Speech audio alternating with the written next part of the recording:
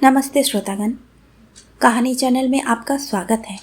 आइए सुनते हैं हिंदी की जानी मानी लेखिका मालती जोशी जी की कहानी दादी की घड़ी।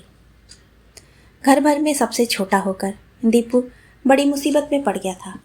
यूँ उसके दोस्तों ईर्ष्या करते कि पूरे घर में सबका लाडला है, पर उसे इस बात की जरा भी खुशी नहीं थी। दिन भर तो उसे सबकी डांट डपट ही सुननी पड़ती थी, हर तरह की बेगार ढोनी पड़ती थी।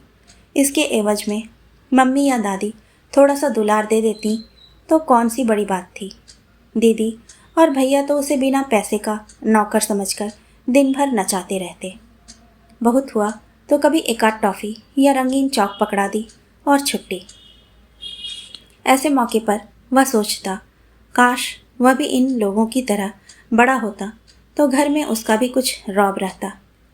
भैया या दीदी बड़े क्या बन गए हैं, अपने आगे किसी को कुछ गिनते ही नहीं।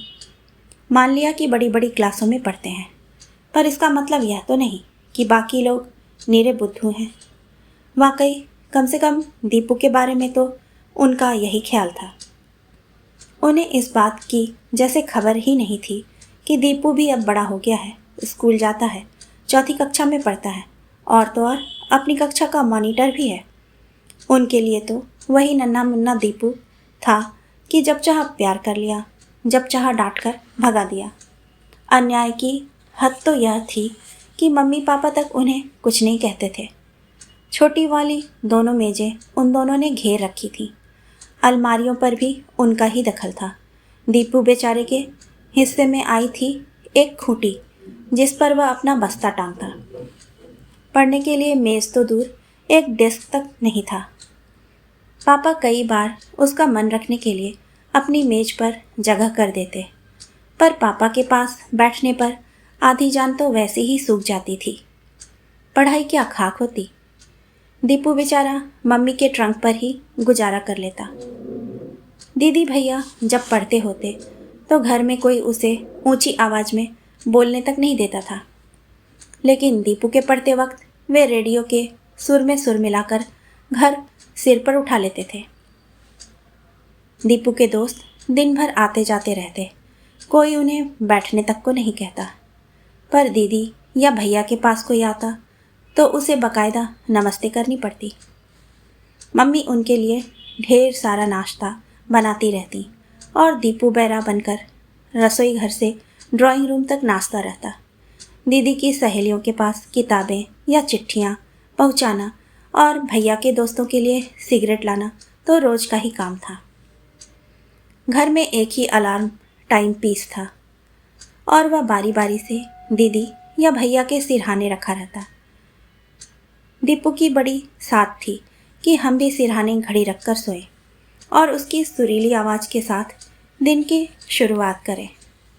पर उसके भाग्य में तो सुबह 8 बजे पापा की डांट खाकर उठना ही लिखा था।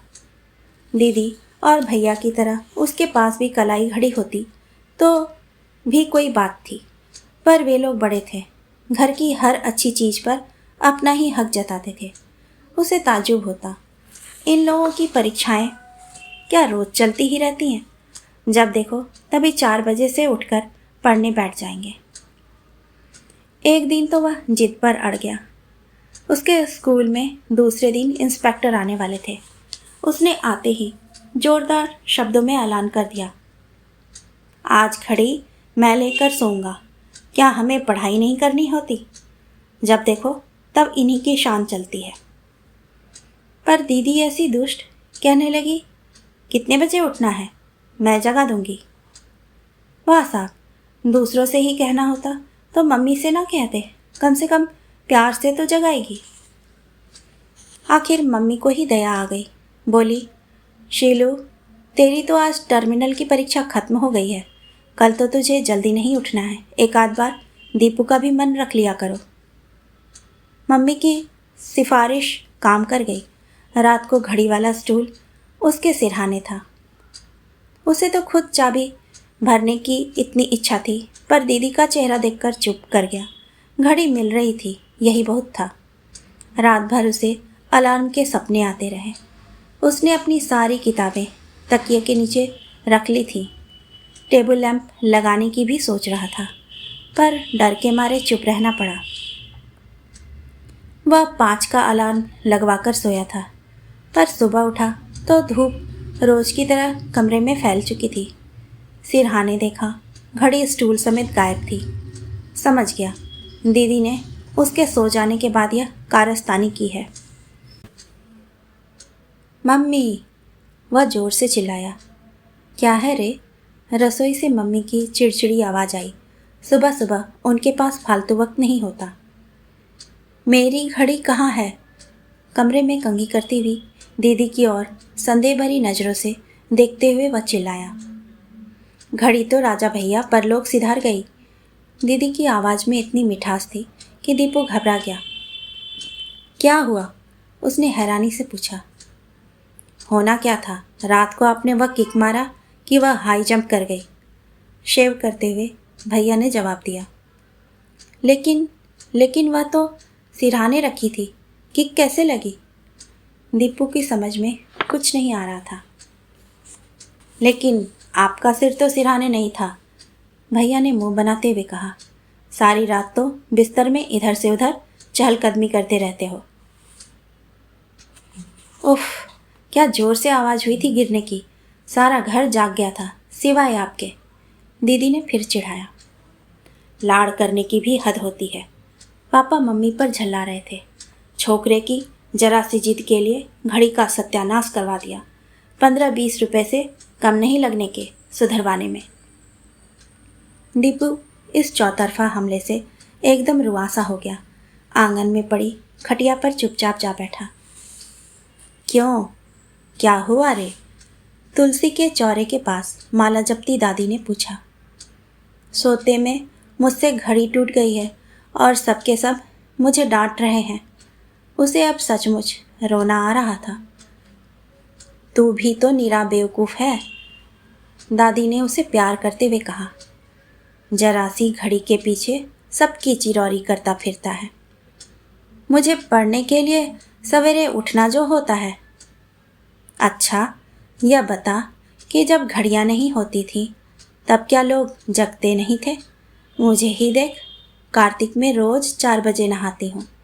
12 महीने नहा धोकर लक्ष्मी नारायण की आरती में पहुँच जाती हूँ। सो मैं क्या घड़ी लेकर सोती हूँ? दादी की बात ने उसे सोचने के लिए मजबूर कर दिया। सच दादी, तुम कैसे इतने सवेरे जग जाती हो? एक बात है, किसी से कहेगा तो नहीं? मेरी तरकीब अपने पास ही रखना। दीपू ने सिर हिला दिया। दादी उसे अपने बिस्तर के पास ले गई। बोली, देख, यह जो मेरा तकिया है ना, इससे रात को सोते समय कह देती हूँ, भाई तकिए राम, सुबह 4 बजे जगा देना। बस यह जगा देता है। दीपू ने तरकीब सुनी तो आश्चर्य से उसकी आंखें फैल गईं। दिन भर यही इंतजार रहा कि कब रात हो तो वह तकिए का करिश्मा देखे। रात को उसने सबकी नज़र बचाकर तकिए से अपनी बात कही और इत्मीनान से सो गया। पर सुबह उठा तो वही 8 बज रहे थे। दूसरे दिन भी यही हाल रहा, फिर तीसरे चौथे दिन भी। फिर उसने यह नुस्खा ही मन से निकाल दिया। समझ गया, दादी की भूत प्रेतों और परियों की कहानियों की तरह यह तरकीब भी निरी गप ही थी। एक शनिवार को उसने फिर घड़ी की ज़रूरत महसूस हुई, पर इस बार उसने जिद नहीं की, वरन दीदी से कहा, दीदी, सुबह मुझे 5 बजे जगा दोगी? कल ना बाबा, कल तो इतवार है। कल तो अपने राम 8 बजे से पहले नहीं उठने के, दीदी ने कहा।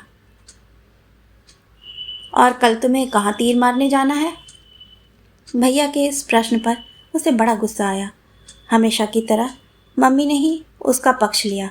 बोली, अरे कल उसकी ट्रिप जा रही है, सांची जाएंगे सब बच्चे।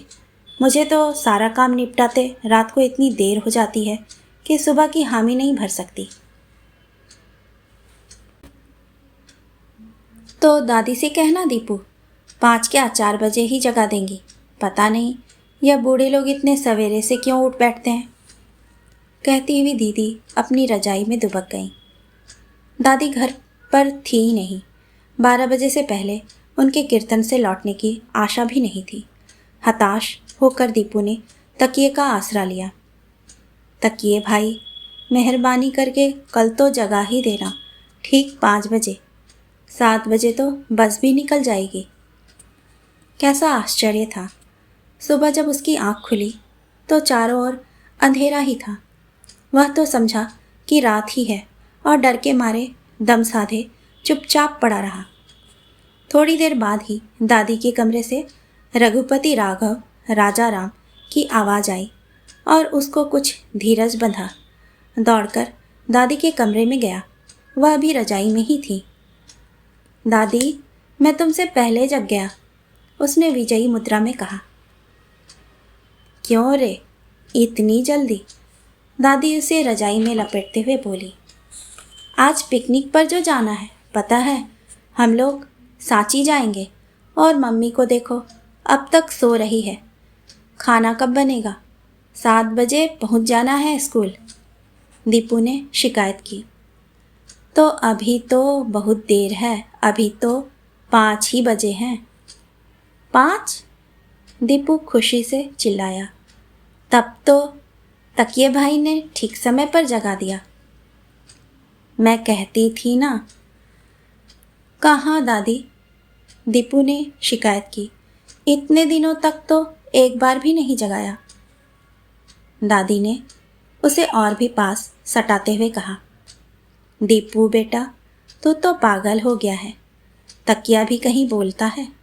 असली अलार्म तो हमारे दिल में होता है। जब हमें ज़रूरी उठना होता है तो यह हमें जगा देता है। घड़ी की आवाज़ तो तू बंद भी कर सकता है, पर इसकी आवाज़ बंद नहीं होती, जगा कर ही छोड़ती है। और इस अनोखी घड़ी का राज पाकर दीपू बहुत खुश था। कहानी सुनने के लिए आपका धन्यवाद।